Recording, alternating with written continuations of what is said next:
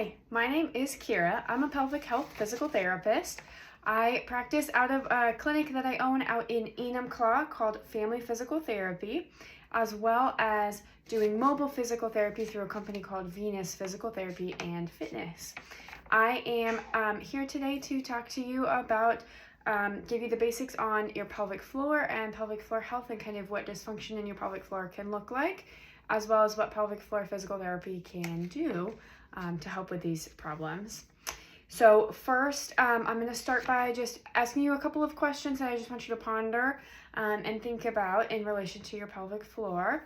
So first, I just want you to think about if you've ever experienced any bladder leaking without or urine leaking unintentionally. So this could be like some leaking when you cough or sneeze or when you jump or run. And then I want you to think about if that has ever impacted you or kept you from doing anything that you really wanted to do because you were afraid to leak or because you knew you would leak. Like, for example, if that's ever kept you from jumping on the trampoline with your kids because you know you're going to leak when you do that.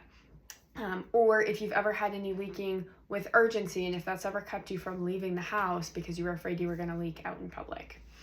That is one example, a very common example that I hear about somebody's pelvic floor dysfunction that I see in the clinic. The next question I want you to think about is if you've ever had any low back pain or hip pain or pelvic pain, and if that's ever kept you from doing anything that you really wanted to do. Again, think about activities that you like to do with your family or your spouse or your kids, and if you've ever been limited in doing those activities because you know that you have pain and you're going to be struggling if you do those activities. So those are two common examples, like I said, of things that I see in the clinic as a pelvic health physical therapist, and two things that can often be really helped by treating pelvic floor dysfunction. So we're going to kind of jump right in. We're going to start first with talking about anatomy. So it's important that everybody knows that what exactly we're talking about. The pelvic floor refers to pelvic floor muscles as well as fascia, which is just connective tissue at the bottom of your pelvis. Most commonly when people are talking about their pelvic floor, they really are talking about the muscles specifically. So this is Mabel, is what we call her. She's our model for our pelvis. So just to orient you guys a little bit, in the front here we have the pelvis. These are the hip bones here, and then this is your spine here in the back. Inside here are the organs. We'll talk about those in just a minute. On the bottom here, these are your sits bones here. So those are the bony parts of your butt, or the part of your butt that you sit on. And right down the middle here, we have urethra here, vaginal opening right here, and then anal opening in the back here. All of these red parts around here are all the pelvic floor muscles, and there are some muscles that are even deeper to these ones shown on the surface right here. There are 11 pelvic floor muscles on each side, and they all have specific functions that they are best at doing, but they all have to work together to maintain all the functions of the pelvic floor. These muscles and the connective tissue around those muscles is structurally connected to your abdominal wall and your abdominal muscles, your glute muscles, your inner thigh muscles, as well as your diaphragm and all of your pelvic organs, which are in here. Your pelvic organs primarily include your bladder, which sits at the front. It's a little crooked, but it sits at the front here. And then your uterus right here and ovaries there, as well as rectum in the back here. All of the muscles I just talked about, so abdominal muscles, glute muscles, diaphragm, inner thigh muscles, all of those muscles have to work together in order to maintain optimal pelvic health and to maintain all the functions of your pelvic floor. So moving on then, we're going to talk about the functions of your pelvic floor. So first, there's 5 kind of primary functions of your pelvic floor. The first one is spine and pelvic and hip stability. Those muscles are super important. They work together with all those other muscles that we just talked about to stabilize your pelvis and your spine and your hips as you're up and moving and doing things throughout your day-to-day life.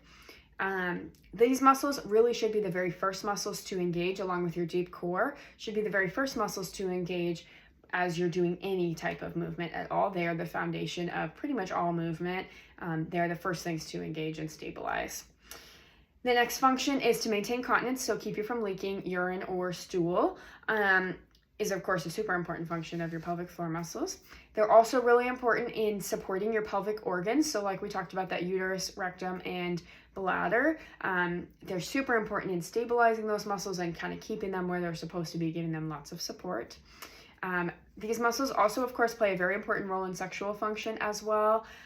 They help promote blood flow and lubrication, and dysfunction in these muscles can lead to pain, which we'll talk about later.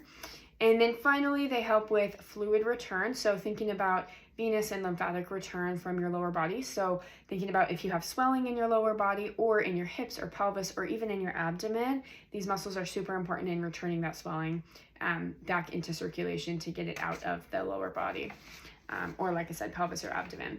That is super important when we talk about abdominal surgeries, which we'll talk about a little bit later as well.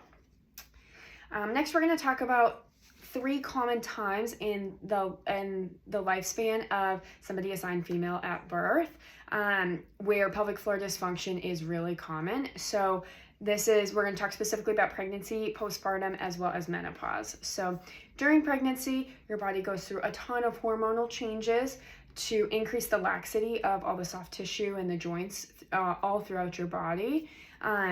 And so what that does is it places an increased demand on your muscles to stabilize everything, because you don't have as much passive support from all of that soft tissue. Thinking, ligaments primarily, as well as tendons also. So your muscles really have to work harder during pregnancy to stabilize everything. During pregnancy, your body also goes through a massive physical change, of course. Growing the baby, your uterus grows a ton and your belly protrudes a lot more than it typically would. And so that changes a lot of things in your body, but it puts a lot of pressure on your pelvic floor muscles. Imagine that you're carrying a dumbbell right in front of your belly for 9 months straight without putting it down, and that dumbbell is getting heavier every single day, right? That's exactly what's happening during pregnancy. It's just putting a lot of pressure down on your pelvic floor specifically. And it also changes center of mass, which changes how your muscles function and the coordination of your muscles as well, just to keep you upright when you're up and moving. And then at the end of pregnancy, you have to go into childbirth, of course.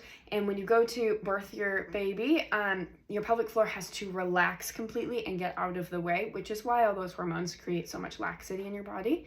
But these muscles go from working really, really hard every day to then having to lengthen fully to allow that baby to get through. And then immediately after birth, your body goes through this massive hormonal change. You get this massive drop in hormones that happens super fast, and that creates lots of changes in all of your muscle and all of your tissues as well. Just like a big increase during pregnancy creates a lot of changes in the tissue, that massive drop creates a lot of changes as well. Along with that, you then have to heal from this big traumatic event that happens, and on top of that, you also have to keep your baby healthy and happy and take care of your baby. And so then it makes it really hard to take care of yourself. And so what we see a lot during this postpartum period is, with all those changes happening, it's really common for dysfunction to develop very early in postpartum, and it's really, really common for your body to compensate, and instead of healing the dysfunction, you compensate. And so you may not even know that there's dysfunction going on until later on in the lifespan. Then lucky us women, we get to go through yet another massive hormonal change when we get to menopause. This time, though, that hormonal change happens very, very slowly over time. But again, it's a massive drop in estrogen and progesterone, both those hormones. That massive drop in those hormones over time during menopause leads to decreased tissue elasticity, so it's not as mobile. It also leads to decreased tissue strength, including muscle strength, but also soft tissue or connective tissue strength as well. And it also leads to decreased blood flow and decreased lubrication in the area, which can lead to lots of dysfunction. It's really common during menopause because of all these big changes. It's really common to start to see some pelvic floor dysfunction show up then, especially if there's been dysfunction for a long time that's been compensated for. But now with all these new changes, your body's no longer able to compensate for everything that's going on. So it's really common during menopause to see some pelvic floor dysfunction show up as well. So let's then move on to talking about what dysfunction really looks like when you do have pelvic floor dysfunction. So some of the most common things that we see are difficulty with bowel and bladder control. So that can include urinary incontinence or fecal incontinence, so leaking urine or stool unintentionally. That could be with stress activities like coughing, sneezing, jumping, lifting, or it could be with urgency when you have a really strong urge to have a bowel movement or go pee. Either one, you may then have difficulty controlling it all the way until you get sitting down on the toilet. It can also include urinary urgency or frequency. So if you're feeling like you're running to the bathroom constantly, that can lead to, or that can be a sign of pelvic floor dysfunction as well. And then pain with bowel movements or pain with urination or constipation can all be signs of pelvic floor dysfunction as well. A prolapse is another common sign of pelvic floor dysfunction. A prolapse is where one of your organs, so again, rectum, uterus, or bladder, is kind of sinking into vaginal wall. This is really, really common postpartum or during menopause, and it typically has to do with a decrease in strength of the tissues supporting those organs. And it typically feels like pressure or heaviness. Pain with sexual activity is a really common dysfunction as well, like we kind of talked about earlier, and is often related to tension in the tissue, whether it's muscle tension or connective tissue or scar tissue. And then, like I kind of just mentioned, you can also have scar pain. So whether that's pain from a perineal tear during delivery or from a C-section or other abdominal surgery. Along with that, pelvic pain, low back pain, or tailbone pain can all be signs of pelvic floor issues. And then you could get a diastasis rectus abdominis following pregnancy and childbirth, which is where those abdominal muscles kind of separate a little bit. And that is related to pelvic floor issues. And then you can also have lots of pain with with your menstrual cycle or some infertility or difficulty with fertility problems. Both of those things can be treated or improved at least somewhat with pelvic floor physical therapy. And then finally, it's really common after abdominal surgery to have some dysfunction in the pelvic floor muscles or the abdominal muscles.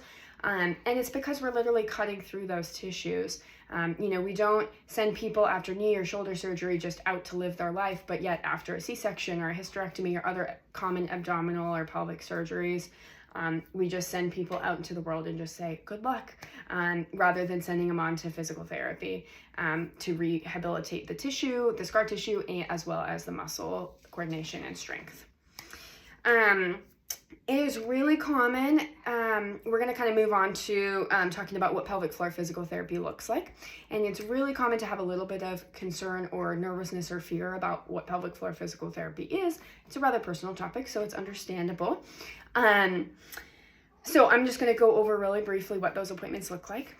At your first appointment, we start with about 10 to 20 minutes of just talking to kind of figure out what brings you in, what your symptoms are. This involves some personal questions like talking about your bowel and bladder habits, if you have any pain with sexual activity, your childbirth history, your health history, your activity habits, all that kind of stuff. After that, we then move on to a physical exam. So typically that involves exam of your hip joints, your spine, your pelvis, as well as all the soft tissue and muscles surrounding that. So that could be strength and muscle and tissue length. Sometimes this involves an internal exam. So that means that we use one finger to assess inside the vaginal canal. And the purpose of this is to assess your pelvic floor muscle tension, as well as pelvic floor muscle strength, as well as assessing for organ positioning and if there's any scar tissue restriction as well. This exam can give us tons of information if it's needed. It's not always necessary though. And even if it is something that might be helpful for a particular situation, we can always hold off or just not do the internal exam at all and just focus externally, and patients still see lots of progress. At follow-up appointments, we then treat the dysfunction that we see. So all of those dysfunctions and all of those symptoms of pelvic floor dysfunction are typically in relation to scar tissue restriction or muscle tissue or connective tissue restriction, as well as muscle strength or coordination deficits. And so those are the things that we work on in follow-up appointments.